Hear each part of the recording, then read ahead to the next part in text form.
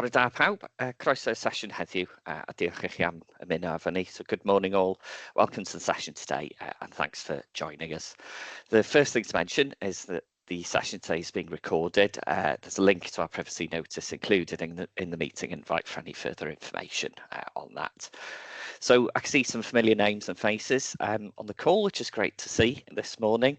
But for anyone joining us for the first time today, our spotlight sessions, they're bite-sized 45-minute sessions where we focus on a particular topic with some guest speakers, and that's followed by a Q&A at the end as well if you've got time. So the series is facilitated by the WLGA and our Climate Change Support Programme, which is funded by Welsh Government. And the aim of our programme is to help and support Welsh councils preparing for a net zero public sector by 2030. So today's session is about exploring the potential of geothermal and Minewater energy in Wales. Joining us today, we have three speakers. Pleased to have with us Ashley from the British Geological Survey, Gareth from the Mining Remediation Authority. I think we might just have a few words from Marcia in Welsh Government as well, I think is on the call. So yeah, great to have the three of you with us this morning. Really looking forward to hearing from them as well. And yeah, as I mentioned, we should have some time for a Q&A at the end. You can do that by getting involved in the meeting chat, putting something in there or raising your hand at the end of the presentations as well. So yeah, I think I'll hand over to Marcia now, if that's okay, who I think is just going to give us a few words and a bit of an overview on this work and sort of how that links with some of the Welsh Government work that's been going on as well. So diolch Marcia, thank you. Diolch Dewi. Bore da pawb. So I just want to take 2 minutes to introduce myself and give some context to the work that Gareth from the Mining Remediation Authority is about to talk about. So my name is Marcia Jones. I'm a policy officer in Welsh Government in the Energy Decarbonisation team. And if you recall, in 2024, we produced our long-term strategy for heat. This set a long-term vision for decarbonising heat across multiple sectors, including the public sector, and many policy areas. So looked at housing, skills, lots of different areas across Welsh Government. And one of the actions arising from that work was to commission the Mining Remediation Authority to map out the potential for mine heat in Wales. So Gareth's going to talk about some of the outcomes of that work and some ongoing work that's quite exciting and how that's developing across Wales. And while Gareth's getting ready, just because of the audience here, I'm just going to briefly remind you about heat networks in general as well, that regulation is being phased in from January 2026. And so while Gareth's talking, if you don't mind, I'll just put some links in the chat that if any of you have heat networks within your estate, just to make sure you're aware of how the regulation is evolving, the standards that will need to be met, and some funding that's available as well to help you meet those. I just thought it was too good of an opportunity given the likely people who are here. So I'd like to pass you on to Gareth Farr, who's got some great slides and some much, good pictures as well, and some good things to tell you about the work that they're doing in Wales. So hand you over to Gareth. Thank you. Yeah, thanks Marcia. Oh, sorry. Sorry, go on, Gareth. I was going to say, were we going to go with Ashley first? Yes, I think so. Yes, yeah. Sorry. No, that's fine. That's fine. It's all good information, isn't it?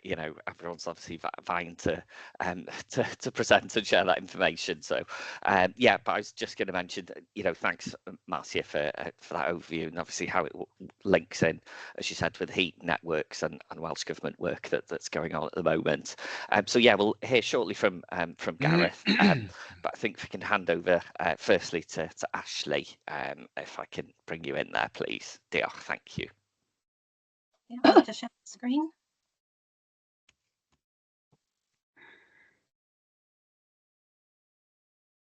Okay, hopefully you should be able to see those slides now. So I'm Ashley. I'm an engineering geologist at the British Geological Survey, and I work primarily on geothermal energy, which is obviously what I'm going to be talking about today. So what do we mean when we say geothermal? So geothermal refers to heat derived from and stored within the Earth's subsurface, and it takes broadly two forms. We've got shallow geothermal and deep geothermal. So you might have heard the stories recently about the geothermal power plant that's opened up in Cornwall. Well, that makes use of granite intrusions, which are very, very deep. We don't have an awful lot of scope for that in Wales. We have no proven granite resources, but we do have other forms of deep geothermal in the form of deep sedimentary basins where you've got water circulating at depth within these sedimentary basins. In terms of shallow, as you'd expect, it's obviously shallower than the deep stuff, which means that it is also cooler, and therefore we have to make use of ground source heat pumps to access this type of geothermal energy. And they take the form of closed loop and open loop systems, which I'll talk a bit more about in a moment. And then, of course, we've also got the Minewater heat recovery, which I'm not going to talk about at all because that's completely on Gareth. So in terms of the potential that we have in Wales, we've got potential for open and closed loop systems, and we also have the deep sedimentary basins, which in Wales, we're actually talking about the Carboniferous limestone, which is found in the south of Wales. And if you can see the little star on the map at the end here, that's the Tafswell thermal spring, which is where you've got water that's over 20 degrees Celsius, which is surfacing, and it's come from deep within the aquifer. And that's actually being used to heat a primary school in Tafswell. So we've actually got geothermal in action already in Wales. The first two maps that we've got here are from the UK geothermal platform, which if you've not had a look at it yet, I do recommend it because it tells you not only what scope we have for geothermal potential in terms of the various different types of technology, but also how much heat you're likely to be able to recover from a single borehole and what the costs associated with that are likely to be in any given area. So the first map shows that we have some open loop potential in Wales, and it tends to coincide with the major population centres, which is quite convenient as well. And when I say open loop, what I mean is taking water from an abstraction borehole, passing it through a heat exchanger, and then re-injecting it, usually back into the same aquifer via a second borehole. Now, most people are more familiar with closed loop systems, and these make use of either single boreholes or ground arrays. And you can see from this map that while it varies across the country, we do have potential for closed loop systems pretty much anywhere in Wales. So I'm going to talk to you a little bit now about the Cardiff Geo Observatory. So this was born in 2014 when we went out and repurposed 168 of the boreholes that are drilled all over the city. And we're very lucky that we had access to these boreholes. They were just drilled in the 1990s when they impounded the city's main rivers by the Cardiff Bay Barrage, and we were fortunate enough to repurpose these to take the temperature. So what we did was we took the temperature down boreholes, sort of pausing every metre to take a new reading, and that built up these temperature profiles that you can see represented by all the black squiggly lines on this graph. Now, the dashed diagonal line, which you can see coming down, is the predicted geothermal gradient. So this is basically where we would expect temperatures to be just based on the kind of background geology alone. And what you can see from this plot is that over 90% of the boreholes were up to 4 degrees warmer than predicted by the geothermal gradient. And the reason for that is because we have what we call the subsurface urban heat island effect. So this is where you've got a lot of thermal pollution from buildings, chucking out all that heat into the subsurface, but also because you've got sealed surfaces that reduce albedo effect and evapotranspiration and basically act as a thermal blanket, kind of trapping all of that heat within the shallow aquifer. So we first wanted to prove that we had this subsurface urban heat island effect, which we do. And then we took the average temperature in each borehole and contoured them to produce this thermal resource map. And this is really aimed at highlighting the subsurface urban heat island effect and picking out the kind of hotspots, but also to prove that the temperatures that we are seeing in the top 20 metres in Cardiff are the same temperatures that, if you remember that geothermal gradient, you would normally expect to find those at about 100 metres depth. And of course, what this means is that conventional shallow geothermal systems are usually installed about 100 metres depth, but in Cardiff, for example, we could install them in the top 20 metres, and this significantly reduces the depth that you need to drill and therefore the costs associated with it, but also the head of water that you need to pump from these systems, which has another cost saving attached to it. So we wanted to really characterise the aquifer in Cardiff so we knew what our resource was in detail. So we built a 3D geological model based on 2,000 borehole logs. We've built hydrogeological models, heat flow models, collected geotechnical data, we've got groundwater chemistry and microbiology data. And probably most importantly, we instrumented 61 of the boreholes with fixed depth temperature sensors, which have been recording at half-hourly intervals all across the city since 2014. And we think that makes it one of the largest groundwater monitoring networks of its kind in the world. And the reason we did this was because we wanted to build up a picture of what the baseline groundwater temperatures were like prior to the development of ground source heating, so that we understood what the resource was that we were dealing with, but also so that we could detect any changes to that baseline as a result of operating ground source heat pumps as they start to come online. Now, we installed a ground source heat pump at Grangetown Nursery School, which we operated and monitored for 5 years. And the kind of headline from that is that you can use the subsurface urban heat island effect as a geothermal energy resource, even if it's not strictly geothermal in its truest sense.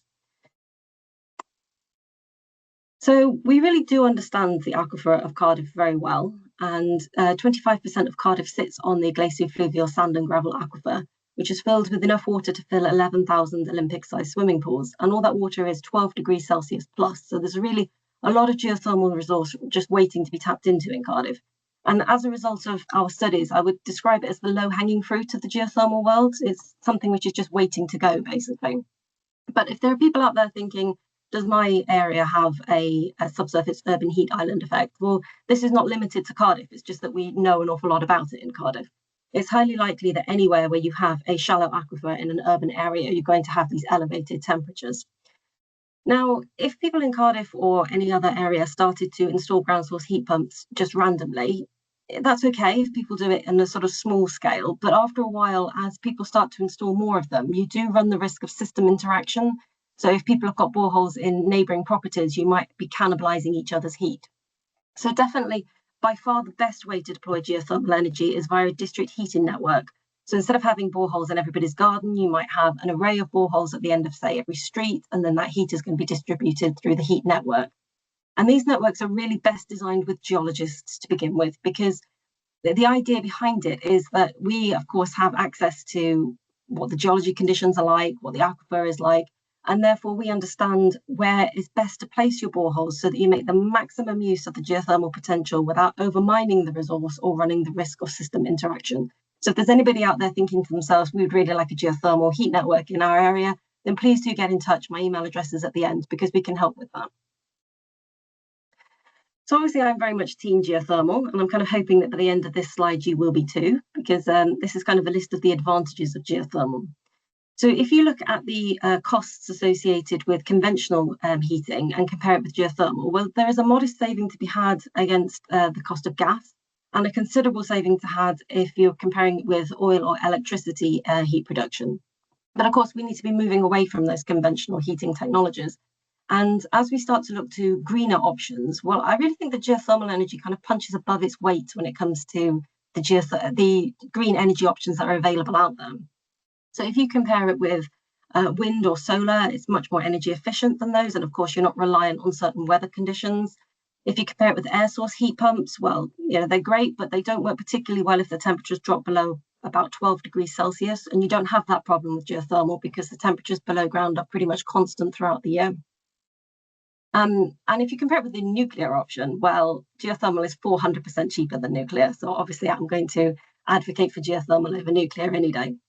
You also don't have to worry about blighting the landscape as you do with some of the other technologies, because geothermal takes place below ground and it's virtually silent as well. So you don't have to worry about people being concerned about having these systems in their area because they won't even really know about them. If you look at the efficiency of, the shelf life of the ground source heat pump compared to other types of technology, well, they have double the shelf life of a conventional gas boiler and also of an air source heat pump, so they last a long time. And they're very low maintenance because they don't have any moving parts, there's no internal combustion, so they don't produce carbon monoxide, which makes them safer than gas. And there's obviously a significant carbon dioxide saving to be had with this type of technology as well. And the other great thing about ground source heating is that you can actually reverse the system to use it for cooling during the summer or when you've got cooling demand. And of course, as our planet warms up, we start to look to have ground source cooling in areas where we probably didn't have sort of other traditional methods of cooling with air conditioning before. And the great thing about doing it this way is that if you are using it for cooling in the summer, you're actually recharging your aquifer with warm water, which is ready to be used in the winter. So it's kind of recycling that heat and makes your system balanced. So on that note, I'm going to stop talking. I'm happy to take questions in the Q&A, or I'm also happy for people to email me directly if they want to talk more in depth. And other than that, I'm going to pass over to Gareth. Thanks, Ashley. I'll just share my slides.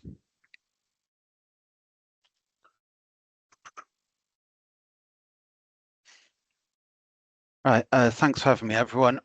Hopefully I'll wrap this up in 10 minutes to leave space for questions. So I'm going to talk about Minewater heat potential in Wales, but I'm going to start by definitely providing some examples of what has happened or is happening elsewhere to wet your whistle and whet your appetite, in effect, to see what we could realise in Wales. So let's crack on. So we've got all the various corporate documents there, which you can dive into at your own leisure. But one of the big take-homes is that in Wales, over 50% of properties are actually located on the wider coalfield reporting area. The South Wales coalfield is, I think, possibly the second most populous coalfield in the country. So simply, there's a lot of people that need heating, cooling, like Ashley says, or businesses as well that perhaps need both, located on top of our coalfield or coalfields. As with Ashley's examples, with the water in the coal mines, which a lot of them now are flooded as between sort of 10 and 20 degrees. And we've done a lot of work in the MRA. We were previously the Coal Authority, of course, until maybe last year, to turn what was once considered a liability, which we're constantly managing, which of course we still continue to do, but trying to flip it around into an asset. And I think we found that fairly successful. So we are technology ready. I'm going to give you some examples now of what we've done in real life, and maybe you have a site in Wales you think, oh, I could do that there, in which case, great.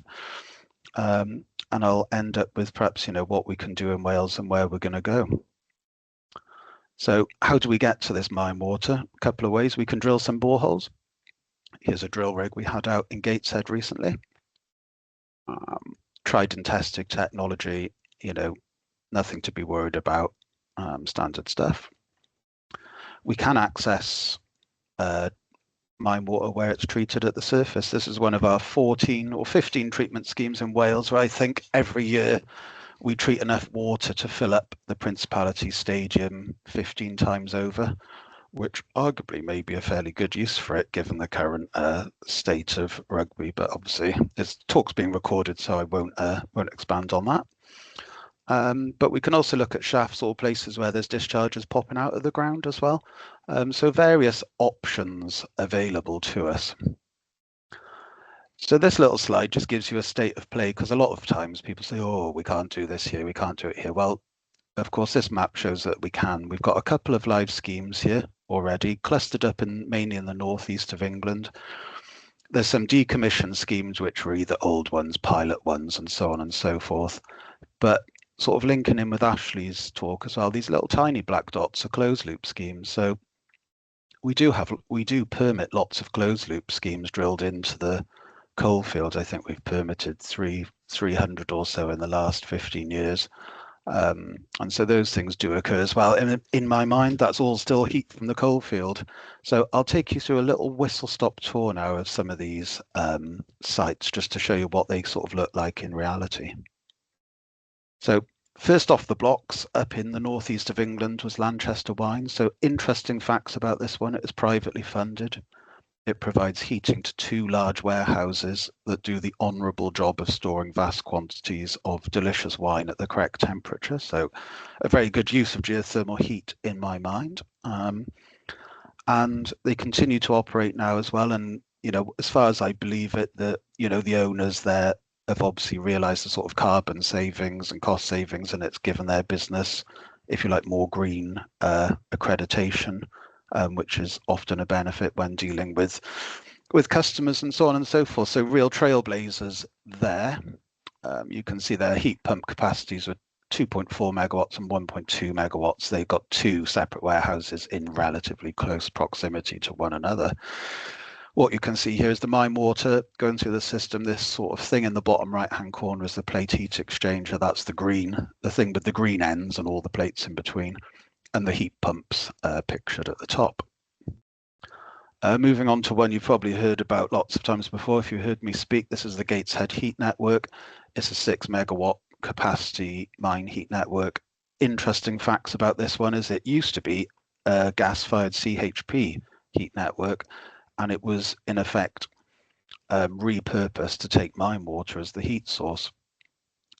It's now heating over 600 residential buildings, Gateshead College, the Glass House, the Baltic, lots of council offices, and it's expanding all the time. And also a few of those factories as well in the sort of bottom right-hand corner.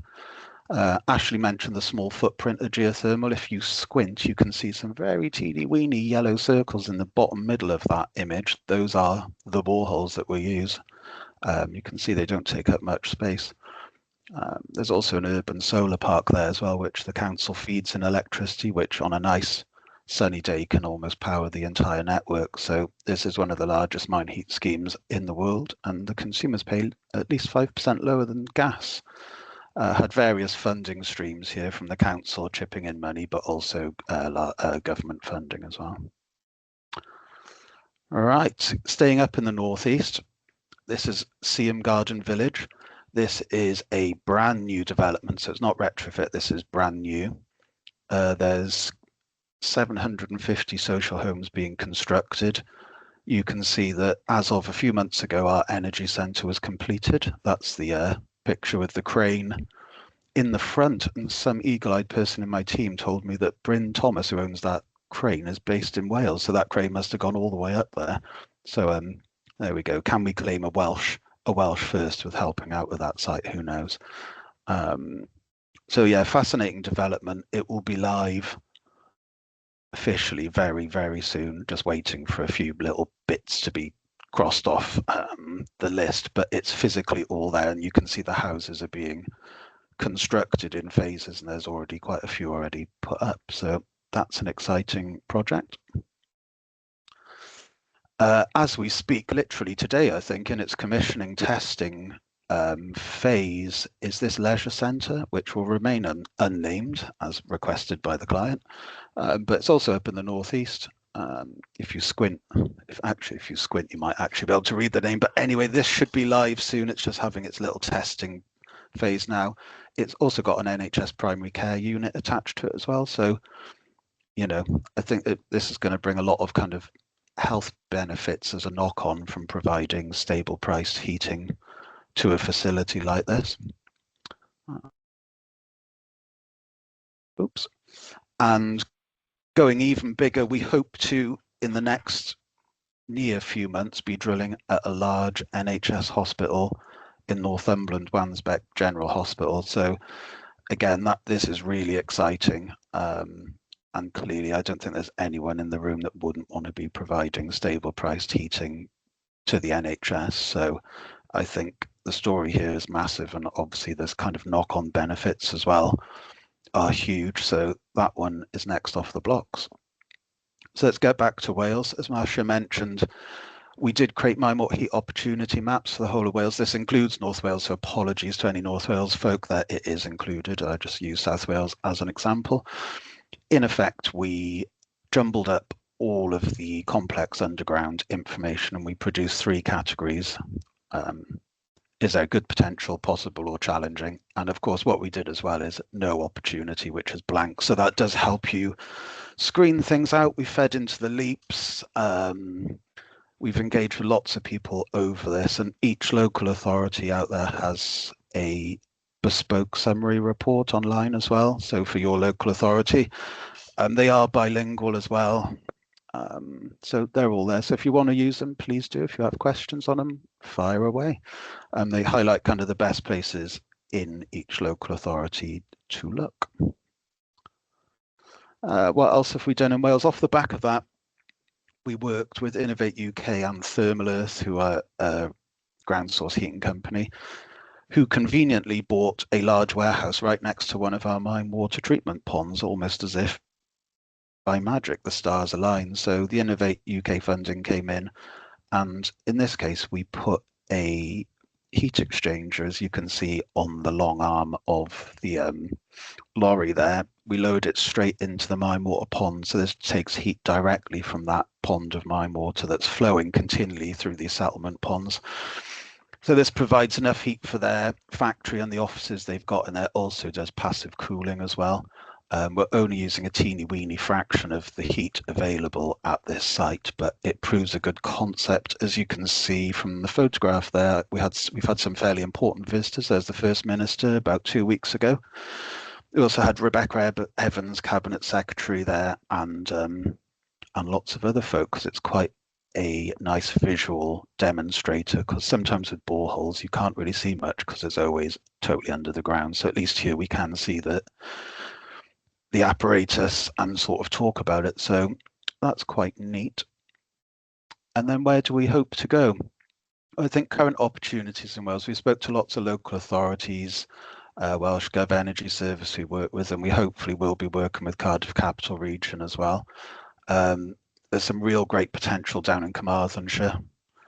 And we've also done some screening for all the NHS Wales buildings as well, which has highlighted a few good opportunities. But outside of the sort of delivering mine heat schemes, we also got future opportunities as well, just like Ashley mentioned, heat storage. So can we use the mine workings to store excess heat and balance things out? The answer is yes, and we have just, as of yesterday, finished testing that in Scotland at a site, so more on that at another day. Can we use it for data center cooling? Absolutely, for sure. If we're building data centers on the coalfield, let's see if we can use that for cooling. I mean, double wins there, not only bringing jobs and investment into coalfield regions, but perhaps using their historic infrastructure to provide that cooling. And also, one I like to put in at the end, electrolysis of mine water for industrial hydrogen use. It may be possible. It could be another string to the bow where we tag these kind of low carbon heating and cooling systems together with other uses as well to help with the economics of them. And that, hopefully finishing on time, leaving time for questions, is my whistle stop tour of mine water heat. So thank you very much. So yeah, just want to thank all our presenters again really today for a great session. You know, as I mentioned, but it's a lot to cover in a bite-sized session, and really appreciate your time and all presenters being able to do that as well. So a copy of the slides, the presentations, the recording from today's session will be available shortly afterwards on our webpage. So we have a Climate Spotlight Sessions webpage, so that information will all be shared with you when that stuff's available there.